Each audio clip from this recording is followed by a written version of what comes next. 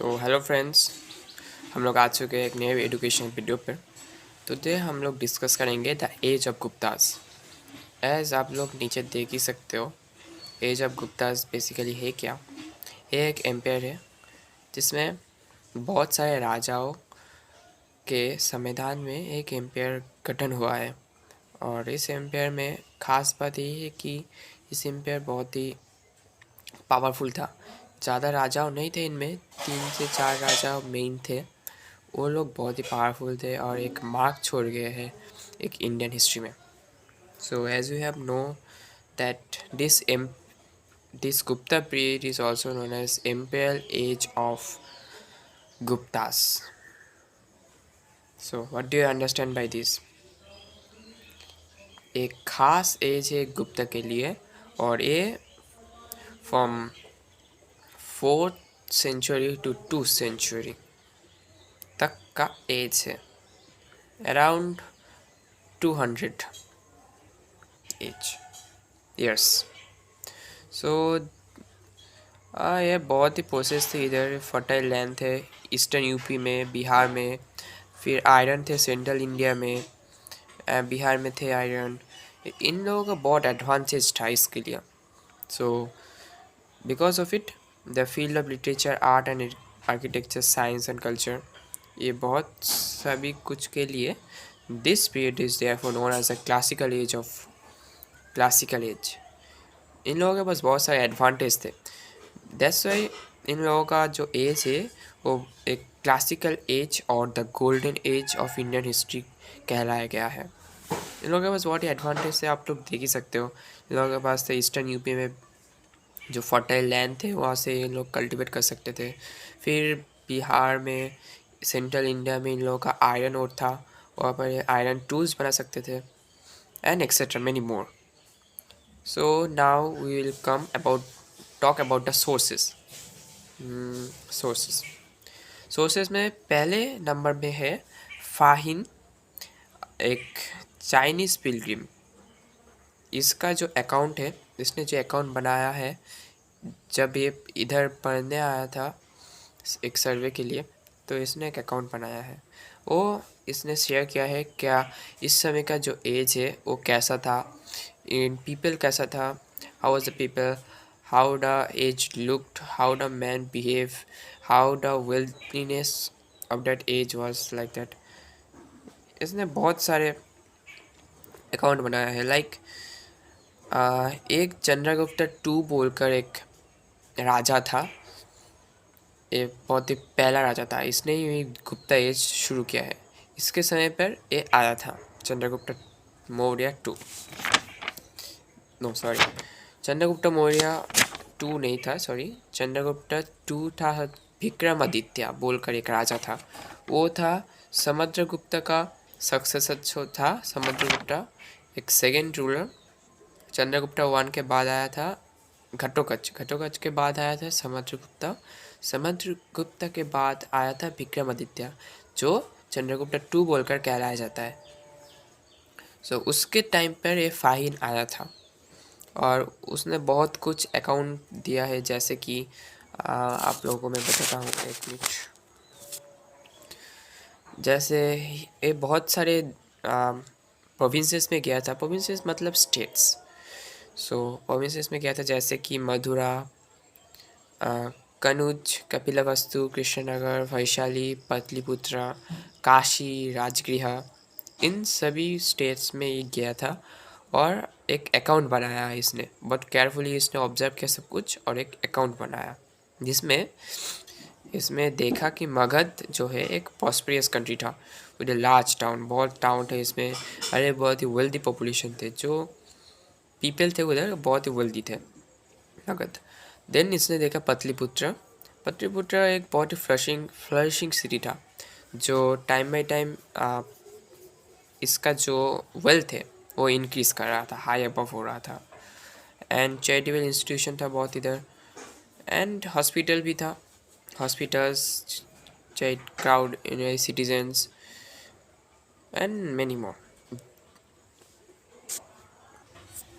या then after all उसने देखा सब पीपल हेल्दी वेल्दी थे, बेसिकली सब पीपल के पास पैसा था, मनी था, बट उन लोगों का जो मेन मोटिव था वो बुद्धिज़्म में फॉलो करता था। बुद्धिज़्म आपको पता ही है, बुद्धा वो लीड करता था एक प्रोस्पेरियस लाइफ को, वो एबंडेंट करता है। उसने एक कठिन लाइफ को चूज़ किया and he led to the formation of the Buddhism religious. और सब लोग बुद्धिस्ट जो रूल्स ऑफ कंडक्ट है, जो रूल्स है, उसको फॉलो करते थे, जो लीड ए सिंपल लाइफ। वो लोग सब सिंपल लाइफ फॉलो करते थे। As a result the people there were very open minded and very heartful. Then उसने Vaishnavism, Shaivism, Buddhism and Jainism, ये सब उसने देखा। ये सब उनमें से जो मेन रिलीजियस थे वो थे। जो पीपल थे उधर, उन लोगों का कोई इल विल ट्रीटमेंट नहीं था। मीन्स लोगों के बारे में गलत सोचना, लोगों को बुरा चाहना, लोगों के बारे में ऐसा कुछ नहीं था उनमें। उन लोग बहुत ही सॉफ्ट हार्टेड माइंड थे एंड पर्सन थे, and they are very cooperative in themselves. As a result Hindu goddess and gods were depicted in coins. जो कॉइन्स में थे उनमें हिंदू गॉड्स एंड वगैरह वगैरह बहुत सारे पिक्चर है, उनमें वो डिपिक्टेड किया गया है। इसमें हमें पता चला जो आर्कियोलॉजिस्ट है, जो आर्किटेक्ट है, उन लोगों को ये डिपिक्ट करने में आसानी हुई। जो उनका जो रिलीजियस था वो कैसा था, उनका सभ्यता कैसा था वगैरह। देन जो ऑफेंस किया जाता था, जैसा हमारा फ़ाइन होता है इधर, उनमें उन लोगों में भी फ़ाइन होता था, बट उनका फ़ाइन बहुत कम था। और जो अगर आप कुछ गलत किए हो, सज़ा ज़्यादा कुछ नहीं था, बट आप पैसा देकर वो सज़ा कमा सकते हो। You understand? देन हमारा आता है जो नेक्स्ट सोर्स, वो है इलाहाबाद पिलर। आपने सब सुना ही होगा, जो इस पिलर का नाम ही है, wall hard about this pillar, Allahabad pillar. और इसे कह सकते हैं जो प्रज्ञा प्रशस्ति। ये पिलर इस नाम से भी फेमस है, so also known by this name, Pragya Prashasti. Okay, this Allahabad pillar. So ये इलाहाबाद जो पिलर है, ये हरिसेना बोलकर एक कोर्ट पोएट थे समुद्रगुप्त के टाइम पर। उसने ये इसको लिखा है बा कंपोस्ट किया है। जो एविडेंस मिला है हमें इंस्क्राइब्ड, इलाहाबाद पिलर जो है उसमें इंस्क्राइब्ड किया हुआ है, जो एविडेंस है हमें लिखा हुआ है। अब अगर आप कहीं उस इलाहाबाद पिलर के पास जाओगे, आप लोग देख सकोगे जो उसमें कुछ लेटर्स, कुछ वर्ड्स लिखा हुआ है, कुछ सेंटेंस लिखा हुआ होगा, आपको समझ नहीं होगा। वो भाषा थोड़ा प्रेस भाषा में है, प्रेस भाषा, like that, in that language. आपको समझ नहीं आएगा, पर इट्स ओके। आपको उसमें तो मतलब नहीं है, आपको सिर्फ पढ़ना है क्या है उधर और किसने लिखा है। बेसिकली वो जो कोर्ट पोएट हरिसेना है, समुद्रगुप्त का कोर्ट पोएट, आपको पता ही होगा समुद्रगुप्त कौन है। मैं बाद में आता हूँ इस समुद्रगुप्त टॉपिक पे, अभी ब्रीफ डिस्क्रिप्शन दे देता हूँ मैं। समुद्रगुप्त है एक successor of Ghatotkacha, you no.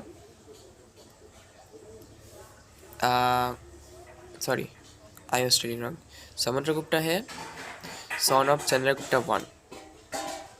Okay, Chandragupta का सक्सेसर जो है वो है समुद्रगुप्त। और समुद्रगुप्त का जो कोर्ट पोएट है वो है हरिसेना। उस हरिसेना ने ये बहुत कुछ कंपोज किया है, और जिसमें वो लिखा है उसको कंपोज किया है हरिसेना ने। और ये बहुत पावरफुल रूलर है Samudragupta, one of the most powerful ruler in Gupta dynasty.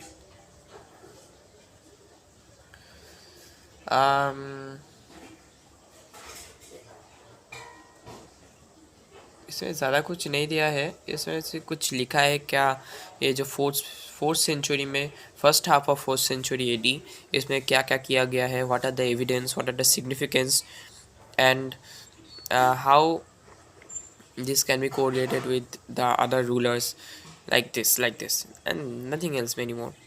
you will have an expert from the Pragya Prasasti. um, no need to have, you don't have to remember all this. Just remember that the sources which are included, like the account of Fahin, a Chinese pilgrimage I have told earlier, and that the Pragya Prasasti or the Allahabad pillar. You need to um, know the sources from which we have came to know about it, and time period from which Gupta period, during which Gupta period emerged, from 4 century to 2 century. Okay, yeah, I hope you all understand, and I may recall you the rulers. Now let me talk about it in next video. Okay, if you like my video, please share it, subscribe it, and like it. It's free of cost, you can like it, or if you don't, then it's okay. I don't have any problem. Thank you guys.